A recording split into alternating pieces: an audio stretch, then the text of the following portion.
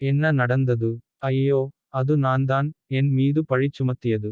பாட்டியின் குக்கீகள் என்னை பல் மருத்துவரிடம் அனுப்பின.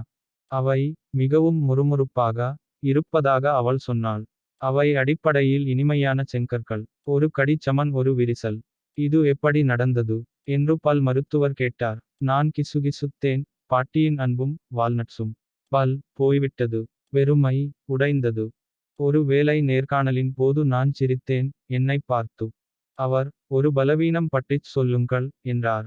நான், நேர மேலாண்மை என்றேன். பிறகு சிரித்தேன். ஏனென்றால் நான் 20 நிமிடங்கள் தாமதமாகிவிட்டேன்.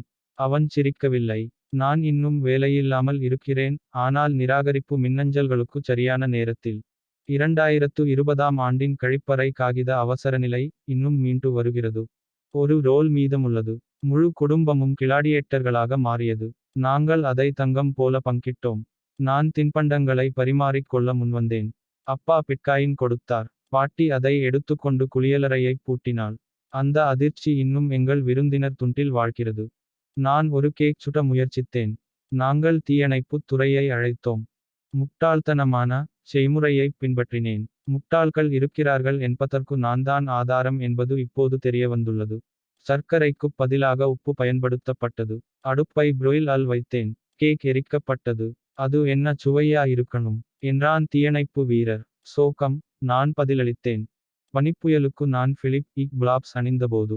வானிலை செயலி 18 பாகை செல்சியஸ் எனக் கூறியது. யதார்த்தம் சொன்னது. அடிகள், விடைபெறுகிறேன் என்றன. வழுக்கியது.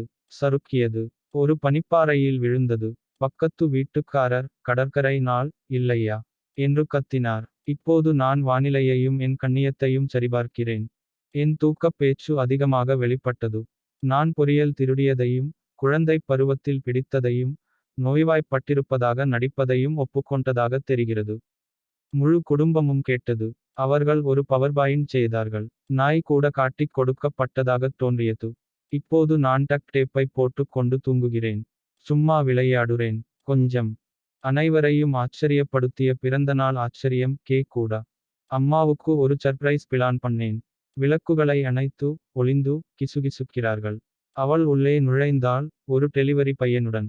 நாங்கள் எல்லோரும் அலறினோம். அவன் கேக்கை கீழே போட்டான். நாங்கள் உறைபனி மற்றும் குழப்பத்துடன் கொண்டாடினோம். நான் காதல் செய்ய முயற்சி செய்து என் மீது தண்ணீரை ஊற்றிக்கொண்டேன். ஹோட்டலில் ஒருவரை அழகாகப் பார்த்தேன். சிரித்தார். கண் சிமிட்டினார். தண்ணீர் எடுக்க கை நீட்டினேன். தவறவிட்டேன். என் அருவருப்பை நான் ஞானஸ்நானம் செய்வது போல் என்னை நனைத்துக் கொண்டேன். அவர்கள், புத்துணர்ச்சியா என்றார்கள். நான், உண்மையிலேயே மூழ்கிவிட்டேன் என்றேன். என் பிரதிபலிப்பு இன்று காலை என்னை நியாயந்தீர்த்தது. கண்ணாடியில் பார்த்தேன். அது திரும்பிப் பார்த்தது. இதுதான் நீங்க தேர்ந்தெடுத்த உடையா? முடி கலகத்தனமானது. முகம் வீங்கிய. சட்டை உள்ளே வெளியே. என் பல் துலக்கும் கூட பெருமூச்சு விட்டது. நன்றி, யோசித்துப் பாருங்கள். எப்போதும் போல கொடூரமானது. கிரெடிட் கார்டுடன் நான் ஏன் மேற்பார்வையின்றி விடப்படக்கூடாது? பட்பசை வாங்கப் போனேன். எல்இடி விளக்குகள், ஒரு பூனை ஹூட்டி மற்றும் ஒரு பாடும் கற்றாழையுடன் திரும்பி வந்தேன். வங்கி அழைத்தது. சந்தேகத்திற்கிடமான நடவடிக்கையா? நான், வெறும் செவ்வாய்க்கிழமை என்றேன். இப்போது என் அட்டை என்னிடமிருந்து மறைக்கப்பட்டுள்ளது. காலை உணவைத் தாக்கிய பிளண்டர். எனக்கு ஒரு ஸ்மூத்தி மட்டும்தான் வேண்டும். நான் மூடி வைக்க மறந்துவிட்டேன். மார்க்ஸ் ஐ அழுத்தினேன். வாழைப்பழம் ஒரு ஏவுகணையாக மாறியது. என் சமையலறைச் சுவர்களா? பிக்காசோ பரச் சாலட்டைச் சந்திக்கிறாரா? பிளண்டர் ஒரு முறை பீப் அடித்தது. அது அறிந்தது போல. வெக்யூம் கிளீனர் என் சாக்ஸை சாப்பிட முயன்றபோது. அமைதியாக வெற்றிடமாக்குதல். படுக்கைக்கு அடியில் இருந்து சாக் எட்டி பார்த்தான். அடுத்து எனக்குத் தெரிந்தது, அது ஸ்பாகெட்டி போல மென்று விழுங்கப்பட்டது. நான் கத்தினேன். வெற்றிடம் கர்ஜித்தது. தேர்வுக்கு நான் எப்போதையும் விட சாக்ஸுக்காக நான் கடுமையாகப் போராடினேன் என்று அம்மா சொன்னாள். நான் ஒரு வெயிட்டரிடம், ஐ லவ் யூ என்று தற்செயலாக சொன்னேன். அவர் எனக்கு பொரியல் கொடுத்தார். நான் பதறிப்போனேன். நன்றி, எனக்கு பொரியல் ரொம்ப பிடிக்கும் என்று சொல்லத்தான். அதற்கு பதிலாக, நன்றி, நான் உன்னை நேசிக்கிறேன். அவன் கண் சிமிட்டினான். நான் கண் சிமிட்டினேன். அவர், எனக்கு ஒரு காதலி இருக்கிறாள் என்றார். நான் என் கண்ணியத்தையும் கெட்சப்பையும் விட்டுவிட்டேன். என் நண்பனின் குழந்தை என்னை ஒரு அரக்கன் என்று நினைக்கிறது.